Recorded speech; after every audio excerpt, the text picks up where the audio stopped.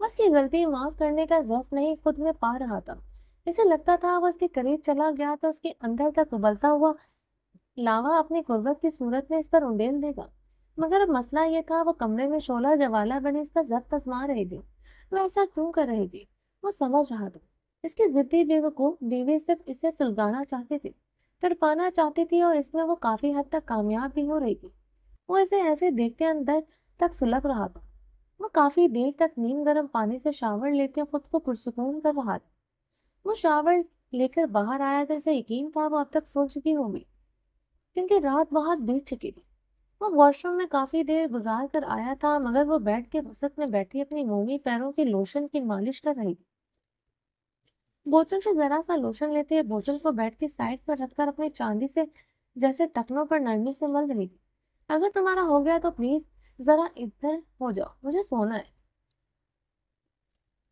زنان نے خشکی سے کہتے کمبل کھسکاتے اپنی طرف کیا۔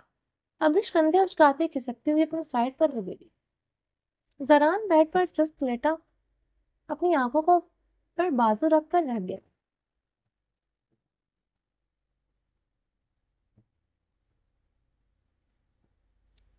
وہ اس کے قریب بیٹھی کافی دیر تک اپنے پاؤں کی مالش کرتی رہی۔ اسے نرمی سے چھوتے خود میں سمونے کی خواہش اندر بیدار ہو چکی تھی۔ وہ خوبصورت تھی، اس وقت شعلہ جوالا بھی بنی ہوئی تھی، پورے بدن میں اسے پا لینے کی انگڑائی شدت اختیار کرتی جا رہی تھی۔ اگر وہ خوبصورت نہ بھی ہوتی تو جائز اور حق ملکیت کا رشتہ ایسے ہی تھا جیسے پانے کے لیے اس کی طرف ناجائز نہ تھی۔ زنان نے اپنا نچلا لب بے دردی سے کچلا تھا۔ اس کے بدن سے اٹھتی خوشبو زنان کے حواسوں پر سوار ہو رہی تھی۔ وہ اسے دور سے ہی مدہوش کر چکی تھی۔ یہ ایک دم ابرش کے اوپر آئی۔ اس کے اوپر آئے زنان نے آنکھوں سے بازو ہٹا کر اسے دیکھا۔ ابرش نے اس کی طرف مسکراتی نگاہوں سے دیکھتے ہوئے اس کی سائڈ سے لوشن اٹھایا تھا۔ ابرش اس کے اتنے قریب تھی کہ اس کی دھڑکنیں تک زنان کو اپنے سینے میں بجتے محسوس ہو رہی تھی۔ زنان کی آنکھوں میں خمار کی سرخی تاری ہوئی تھی۔ زنان نے بہکی نگاہوں سے کمرے کی دودھیا روشنی میں اس کے وجود کی گہرائیوں کو پل بھر میں ماپ لیا تھا۔ زنان کی سانسیں سینے میں اٹکی تھی۔ وہ اس کے سنگی مرمر مخملی وجود کو آج بہت حق سے الگ ہی نگاہوں سے دیکھ رہا تھا۔ غصہ، اضطراب، اشتعال، سب کچھ ختم ہوتا محسوس ہو رہا تھا۔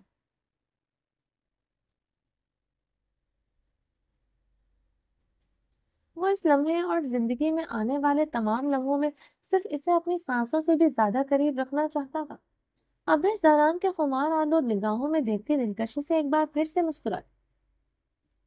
وہ بہکی بہکی نگاہوں سے دیوانگی کے عالم میں بنا پلکے جھپکائے سے دیکھ رہا تھا۔ براؤن آنکھوں میں لال ڈورے تیر رہے تھے جو خمار کی سرخی کو ظاہر کر رہے تھے۔ اس سے پہلے وہ اس سے دور ہوتی زنان اس کی کمر پر اپنا حصار قائم کرتے اس کے بالوں کو گدی سے نرمی سے پکڑتے اس کے لبوں کو اپنے لبوں کے حصار میں قید کر چکا تھا۔ وہ بہت نرمی سے ابرش کے لبوں کا جام پینے میں مصروف تھا۔ ابرش کے بدن سے اٹھتی گلاب سی خوشبو اسے مکمل بہکا چکی۔ وہ اپنے حواس میں نہ رہا، وہ مکمل طور پر جذبات کی رو میں بہک چکا تھا۔ زنان کی گرفت ابرش کے لبوں پر سخت ہوتی جا رہی تھی۔ ایک ہاتھ اس کی بیکلیس پر نرمی سے گھوم رہا تھا۔ وہ اس کی خوشبو اور سانسوں کو خود میں قید کیے اس کی سانس چرائے مکمل طور پر ابرش کے مہکتے وجود میں گم ہو گیا تھا۔ ابرش کے خوبصورت وجود کی دلکشی اسے بھلا چکی تھی کہ ان میں کوئی بھی رنجش، کوئی بھی گلے شکوے تھے۔ زنان کا شدت بھرا لمس محسوس کرتے ابرش کی آنکھیں خود بخود بند ہو چکی تھی۔ اس کا لمس آگ جیسا تھا مگر اتنا ہی نرم تھا۔ وہ کافی دیر سے اس کے لبوں کی نرماہٹیں محسوس کر رہا تھا۔ زنان نے اپنی سرخ خمار آلود آنکھیں کھول کر ابرش کو دیکھا جو اس کے حصار میں آنکھیں بند کیے ہوئے تھی۔ وہ ذرا بھی مزاحمت نہیں کر رہی تھی بلکہ وہ اس کا مکمل طور پر ساتھ دے رہی۔ زنان اسے ایسے ہی باہوں میں قید کیے رخ پلٹ گیا۔ ابرش کو بیڈ پر گرائے سے مکمل طور پر حاوی ہوتے زنان نے صرف آنکھوں سے ابرش کو دیکھا جو اپنی نشیلی آنکھوں سے اسے دیکھ رہی تھی۔ کیا چاہتی ہو؟ کیوں مجھے بہکا رہی ہے؟ زنان اس کے نازک لبوں پر بہت نرمی سے اپنا انگوٹھا مسل رہا تھا جو اس کی شدت سے کندھاری ہو گئی۔ زنان کے خمار آلود نگاہوں کو دیکھتے ابرش کے لبوں پر دلکش شرمیلی مسکراہٹ نمودار ہوئی۔ زران نے بے قراری سے اس کے سرخ آرس پر ہاتھ رکھے، جن سے نکلتی تپش محسوس کرتے وہ گہرا مسکرایا تھا، یعنی کہ آگ دونوں طرف برابر لگی تھی، بس کہ خود سپردگی کا انتظار انداز دیکھتا مکمل طور پر اس کے وجود کی رعنائیوں میں گم ہو جانا چاہتا تھا۔ وہ مزید انتظار نہیں کر سکتا تھا، وہ مکمل طور پر اس کی تھی۔ حق ملکیت کا یہ احساس پہلی مرتبہ سر چڑھ کر بھول رہا تھا۔ زران نے ابرش کے خوبصورت چہرے کو دیکھتے اس کے بدن کے نشیب و فراز پر اپنی گہری گرم نگاہیں گاڑی۔ اس کا ناہموار بدن اس کی بل کھاتی کم، اس کے بدن کی رعنائیاں زران خان زادہ کی ہوش اڑا چکی تھی۔ اس کا تو سانس لینا دوبر ہوا تھا، دل اچھل کر حلق میں آیا تھا۔ وہ کتنا بے وقوف تھا جو اتنے دنوں سے اس مہکتے وجود کو نظر انداز کیے ہوئے تھا۔ یہ سنگین مرمر سا بدن جو اس کی ملکیت تھا، یہ نظر انداز کرنے کی ہرگز قابل نہ تھا۔ زاران کا ہاتھ نرمی سے اس کے بدن کے ہر حصے کو محسوس کرتے اس پر مکمل طور پر اپنا حق جتا رہا تھا۔ ابرش نے یہ محسوس کرتے سرخ ہوتے اپنی آنکھیں بند کی۔ یہ دیکھتے زاران کے لبوں پر گہری مسکراہٹ رقصاں ہوئی۔ ابھی ادائیں دکھا کر اس کے قریب آنا چاہتی تھی، اب اس کی ذرا سی بے باک جسارتوں پر سکھ پڑتے آنکھیں مون چکی تھی۔ اس کی سپردگی کا یہ انداز، اس کی ہر ادا آج زران کو نئے سرے سے اس کے محبت کرنے پر مجبور کر رہی، اور وہ اسے پانے کے لیے مچل رہا تھا۔ اسے لگتا تھا وہ اس کے قریب جائے گا تو اس کی شدتوں میں جنونیت شامل ہوگی، وہ اس پر غصہ اپنی جنون خیزیوں سے اتار کر اسے ہرٹ کر دے گا۔ وہ آج بھی جنونی ہو رہا تھا، اسے دیکھتا مکمل طور پر بہک رہا تھا، مگر وہ اس نازک وجود کو ہرٹ کرنے کا سوچ بھی نہیں سکتا تھا۔ اگر اسے پتا ہوتا اس کا یہ مخملی وجود اسے سب کچھ بھلا دے گا، وہ کب سے اس حسن کو مکمل طور پر تسخیر کر کے اپنا بنا لیتا۔ زران نے اس کی لرزتی پلکوں کی جھالر دیکھتے بہت نرمی سے اپنے لب اس کی آنکھوں پر رکھے تھے۔ زران کی گرم انگارہ سانسیں اس کی دھڑکنوں کے مقام کو چھو رہی تھی۔ ابرش کا بدن جی جان سے کانپ اٹھا تھا۔ میں نے ابھی تو کچھ کیا بھی نہیں بیوی، تم ابھی سے کانپنے لگی۔ زران نے گمبھیرتا بولتے اپنی اس کی پیشانی پر اپنے عقیدت بھرے لب رکھے تھے۔ ابرش کی آنکھیں ہنوز بند تھی، اس کے پرتپش دہکتے لبوں کا رقص اب اس کے چہرے کے ایک ایک نقش پر تھا۔ زران نے اس کی تھوڑی پر اپنے دانت کاڑے تو ابرش نے سسکی بھری تھی۔ زران اس کے ہاتھوں کی انگلیوں میں اپنی انگلیاں پھنسائے اس کے نرم لبوں پر چھپا تھا، جنہیں چھوڑ کر اسے احساس ہوا تھا ان سے بڑھ کر دنیا میں کوئی نشہ سرور نہیں ہے۔ یہ نشہ، یہ سرور اس کے رگ رگ میں سما کر اسے بے چین بے قرار کر چکا تھا۔ اس کا جنون لمحہ لمحہ بڑھ رہا تھا، اس نے اس کی کلائیاں اب چھوڑ دی تھی۔ زران اس کے نرم لبوں پر اپنی دیوانگی، اپنا جنون اتار رہا تھا۔ ابرش کا ایک ہاتھ زران کے گھنے بالوں میں رینگ رہا تھا، وہ کافی دیر تک اس کے لبوں کی نرماہٹوں میں کھویا رہا جس میں ابرش مکمل طور پر اس کا ساتھ دے رہی تھی۔ زران نے اوپر ہوتے لحظہ بھر ابرش کو دیکھا، جس کی آنکھیں گلابی ہو رہی تھی۔ وہ اپنی نشیلی آنکھوں سے اسے دیکھتا ابھی بھی مدھم سا مسکرا رہی تھی، ان آنکھوں میں اب اس کی طلب خمار بن کر اترا تھا۔ زران نے اپنی شرٹ اتار کر دور اچھالی اور اس کی گردن پر جھکا دیوانہ وار اپنے لبوں کی بوچھار کر رہا تھا۔ ابرش جو زران کو بہکانے، اس کا غرور توڑنے کے لیے اس کے قریب آئی تھی، اسے اپنے سامنے وہ زیر کرنا چاہتی تھی، اس وقت وہ سب کچھ بھول چکی تھی اور زران خانزادہ کی پناہوں میں سب کچھ بھول کر مکمل طور پر اس کی دیوانگی بھرے لمس میں کھوتے بہک چکی تھی۔ تم میری میری ضرورت، میرا نشہ ہو، میں کیسے تم سے دور رہ سکتا ہوں؟ میں کیسے تمہارے دلکش وجود کی رڑائیوں کو اگنور کر سکتا ہوں؟ مجھے لگتا ہے مجھ سے بڑا بے وقوف کوئی نہیں بیوی۔ وہ اس کے کان میں جھکتے گمبھیر آواز میں بولتے اس کے کان کے لوگ کو دانتوں سے کاٹ چکا تھا۔ ابرش جو اس کے لمس اس کے وجود میں مکمل طور پر بہک چکی تھی، اس کے لفظوں نے اسے ہوش کی دنیا میں واپس پٹکا تھا۔ یکدم ابرش کو اس کے لفظوں کی بازگشت اپنی سماعتوں میں سنائی دی۔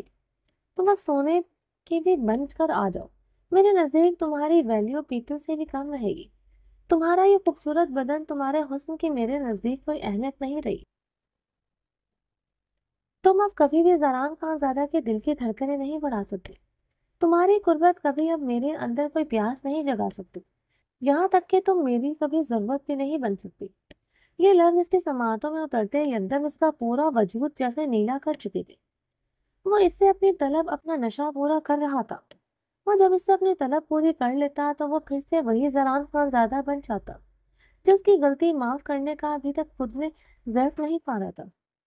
وہ اپنے اور اس کے بیچ پلوشا کو لے آیا تھا جس کے لیے وہ اسے کبھی معاف نہیں کر سکتی تھی۔ زران نے لب اس کی گردن سے نیچے اس کی پورے بدن پر رقص کر رہے تھے۔ ابرش کی آنکھوں سے گرم سیال رواں ہوا تھا۔ وہ رات پلوشا کے کمرے میں تھا، رات اس سے اپنی طلب پوری کر رہا تھا۔ آج بھی اس کے نزدیک وہ خود آئی تھی۔ اس نے اسے بہکایا تھا ورنہ وہ اس کی طرف دیکھتا بھی نہ، کیونکہ اس کے نزدیک اس کی کوئی ویلیو ہی نہیں تھی۔ یہ تو چند لمحوں کا سحر تھا جس کا مجموعہ کل صبح تک ٹوٹ جائے گا یا کچھ ہی دیر بعد۔ تلخ اذیت ناک سوچیں ابرش کے پورے وجود کو اذیت سے بھٹی میں جلا رہی تھی۔ چلیے جی، باقی کا نیکسٹ ایپیسوڈ میں کنٹینیو کریں گے۔ اگر آپ نے ابھی تک میرے اس چینل کو سبسکرائب نہیں کیا تو پلیز سبسکرائب کر لیں، لائک اینڈ شیئر کریں اور اپنی رائے کمنٹ باکس میں لازمی دیں۔ چلیے جی، اپنا ڈھیر سارا خیال رکھیے گا۔ اللہ حافظ۔